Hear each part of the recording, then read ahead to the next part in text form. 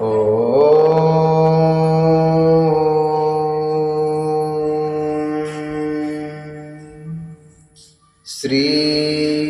शिवाय नमस्तुभ्यं।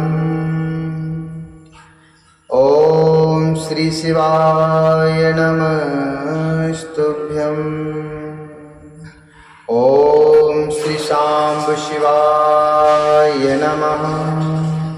ओम श्री शांब शिवाय नमः। ओम श्री गणेशाय नमः। ओम श्री गणेशाय नमः। अथ षोडशोऽध्यायः। अथ षोडशोऽध्यायः।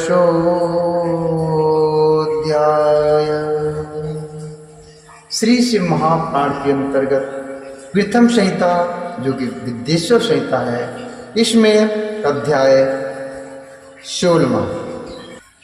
मृत्तिका आदि से निर्मित देव प्रतिमाओं के पूजन की विधि, उनके लिए नैवेद्य का विचार, पूजन के विभिन्न उपचारों का फल, विशेष मास, वार, तिथि एवं नक्षत्रों के योग में पूजन का विशेष फल तथा लिंग के वैज्ञानिक स्वरूप का विवेचन इस अध्याय में बताया गया है। ऋषिगण बोले, पार्थिव प्रतिमा पूजा विधानम। पार्थिव प्रतिमा पूजा विधानम ब्रूहि सत्यम। येन पूजा विधानेन सर्वाभीष्टं वाप्यते। येन पूजा विधानेन सर्वाभीष्टं वाप्यते। ऋषिगण बोले, हे साधु शिरोमणि, अब आप पार्थिव प्रतिमा की पूजा का वह विधान बताइए जिस पूजा विधान से समस्त अभीष्ट वस्तुओं की प्राप्ति होती है। तब सूत जी बोले, श्रुतवाच सुसाधु पृष्ठं युष्माभिः सदा सर्वार्थदायकम्। सुसाधु पृष्ठं युष्माभिः सदा सर्वार्थदायकम्। शधो दुःखस्य शमनं शृणुतु प्रब्रवीम वा। शद्धो दुःखस्य शमनं शृणुतु प्रब्रवीम वा। अपमृत्युहरं कालमृत्योश्चापि विनाशनं श्रद्धाकल्त्र पुत्रादि धनधान प्रदम द्विजा। सूत जी बोले, हे महर्षियों, तुम लोगों ने बहुत उत्तम बात पूछी है। पार्थिव प्रतिमा का पूजन सदा संपूर्ण मनोरथों को देने वाला है तथा दुख का तत्काल निवारण करने वाला है। मैं उसका वर्णन करता हूँ, उसे ध्यान देकर सुनिए। हे दुजो, यह पूजा अकाल मृत्यु को हरने वाली तथा काल और मृत्यु का विनाश करने वाली है।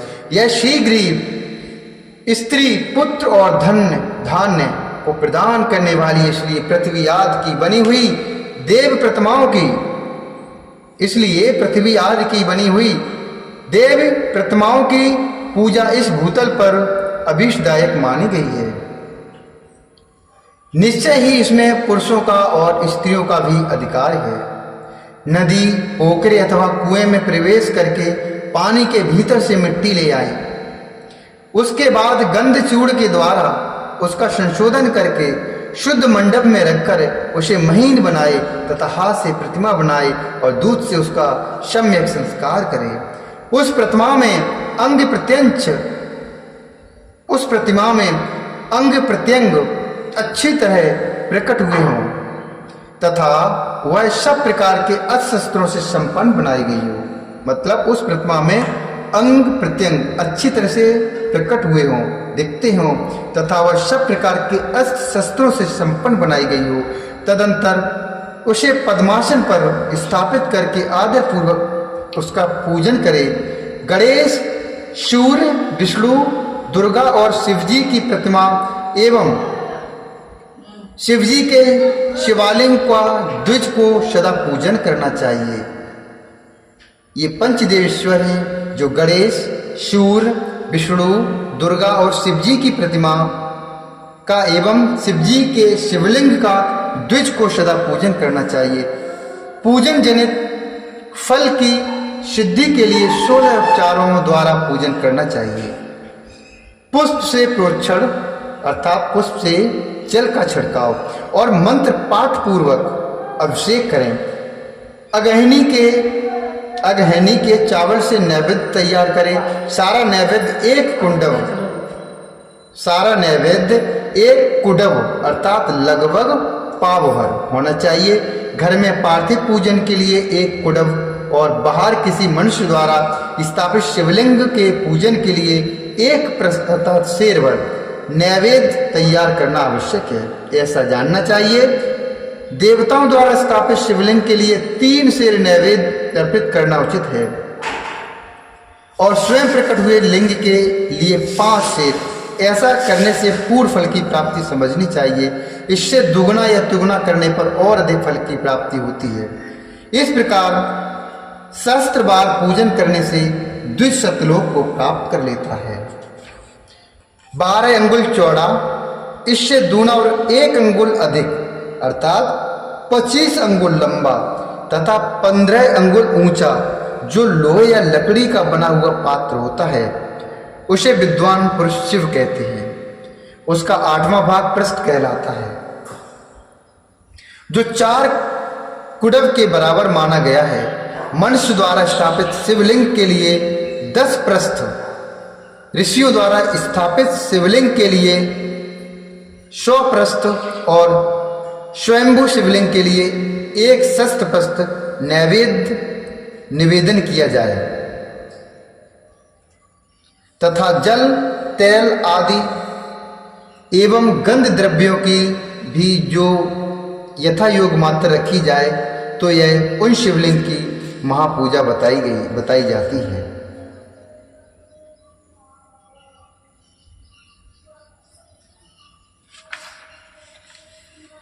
देवता का अभिषेक करने से आत्मशुद्धि होती है, गंध से पुण्य की प्राप्ति होती है, नैवेद्य अर्पण करने से आयु बढ़ती है और तृप्ति होती है, धूप निवेदन करने से धन की प्राप्ति होती है, दीप दिखाने से ज्ञान का उदय होता है और तांबूल समर्पण करने से भोग की उपलब्धि होती है। इसलिए स्नान आदि 6 उपचारों को यत्न पूर्वक अर्पित करें। नमस्कार और जप ये दोनों संपूर्ण अभीष्ट को फल देने वाले हैं। इसलिए भोग और मोक्ष की इच्छा रखने वाले लोगों को पूजन अर्थात पूजा के अंत में सदा ही जप और नमस्कार करना चाहिए। मनुष्य को चाहिए कि वह सदा पहले मन से पूजा करके फिर उन उपचारों से पूजा करे। देवताओं की पूजा से उन देवताओं के लोकों की प्राप्ति होती है तथा उनके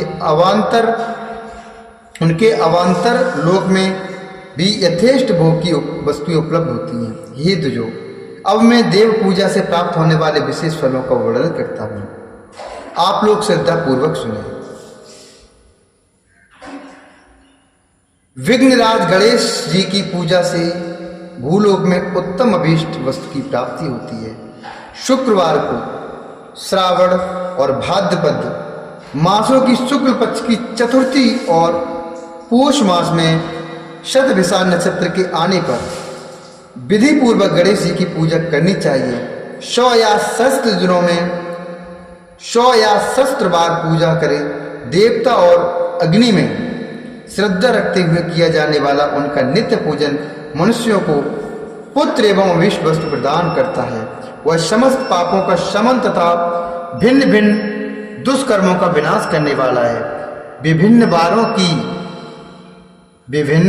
बारों में की हुई शिव आदि की पूजा को आत्मशुद्धि प्रदान करने वाली समझना चाहिए। वार या दिन तिथि नक्षत्र और योगों का आधार है। वार या दिन तिथि नक्षत्र और योगों का आधार है। वह समस्त कामनाओं को देने वाला है। उसमें वृद्धि और क्षय नहीं होता, इसलिए उसे पूर्ण ब्रह्म स्वरूप से मानना चाहिए। सूर्योदय काल से लेकर दूसरे सूर्योदय काल आने तक एक वार की स्थिति मानी गई है, जो ब्राह्मण आदि सभी बड़ों के कर्मों का आधार है। विहित तिथि के पूर्व भाग में की हुई देव पूजा मनुष्यों को पूर्ण भोग प्रदान करने वाली होती है। यदि मध्याह्न के बाद तिथि का आरंभ होता है तो रात्रि युक्त रात्रि युक्त तिथि का पूर्व भाग पितरों के श्राद्ध आदि कर्म के लिए उत्तम बताया जाता है। ऐसी तिथि का प्रभाग ही दिन से युक्त होता है, अतः वही देव कर्म के लिए प्रशस्त माना गया है। यदि मध्याह्न काल तक तिथि रहे तो उदय व्यापिनी तिथि को ही देव कार्य में ग्रहण करना चाहिए। इसी तरह शुभ तिथि एवं नक्षत्र आदि देव कार्य में ग्राह्य होते हैं। वार आदि का भली भांति विचार करके पूजा और जप आदि करना चाहिए। वेदों में पूजा शब्द के अर्थ की इस प्रकार योजना कही गई है। ऊर्जायते अनेन इत पूजा, ऊर्जायते अनेन इत पूजा। यह पूजा शब्द की व्युत्पत्ति है। पू का अर्थ है भोग और फल की सिद्धि। वह जिस कर्म से संपन्न होती है उसका नाम पूजा है। मनोवांछित वस्तु तथा ज्ञान ये अभीष्ट वस्तु हैं। सकाम भाव वाले को अभीष्ट भोग अपेक्षित होता है और निष्काम भाव वाले को अर्थ परमार्थिक ज्ञान और निष्काम भाव वाले को अर्थ पारमार्थिक ज्ञान। ये दोनों ही पूजा शब्द के अर्थ हैं। इनकी योजना करने से ही पूजा शब्द की सार्थकता है। इस प्रकार लोक और वेद में पूजा शब्द का अर्थ विख्यात है। नित्य और नैमित्तिक कर्म कालांतर में फल देते हैं, किंतु काम्य कर्म का यदि भलीभांत अनुष्ठान हुआ हो तो वह तत्काल फलदायक होता है। प्रतिदिन एक पक्ष, एक मास और एक वर्ष तक लगातार पूजन करने से उन कर्मों के फल की प्राप्ति होती है और उनसे वैसे ही पापों का क्रमशः क्षय होता है।